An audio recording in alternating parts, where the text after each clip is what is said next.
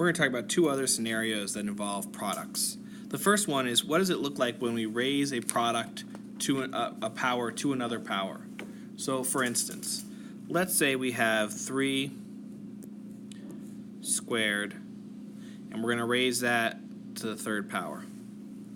Well, let's look at what this would look like. If we do 3 squared to the third power, that's 3 squared times 3 squared times 3 squared. And we know from our discussion about multiplying powers with the same base as this has here, right? Each one of these has a base of 3.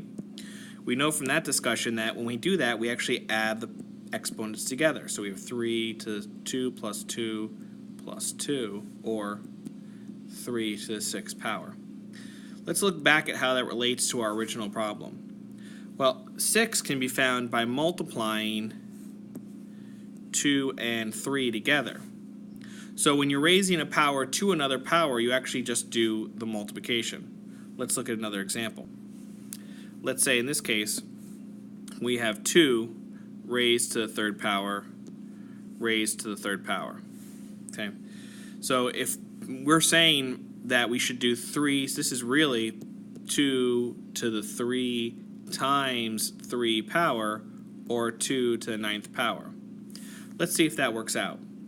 2 to the third power is 8.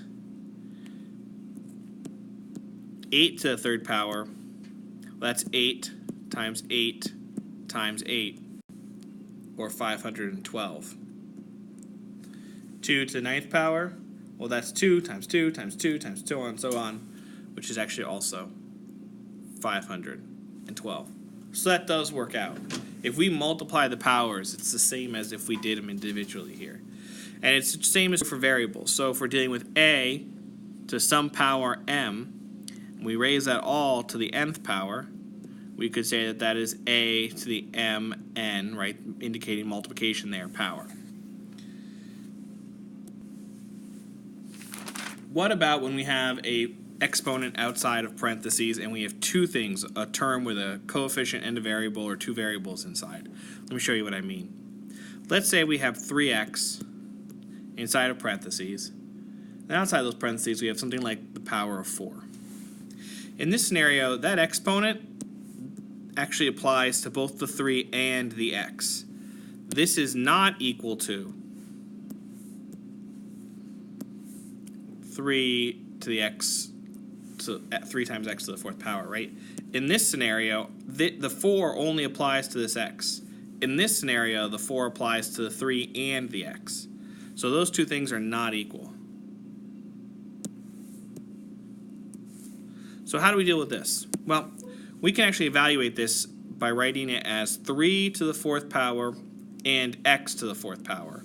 We can continue simplifying this by writing that 3 to the 4th power is in fact 81. So this is actually 81 x to the 4th power. This also works with two variables.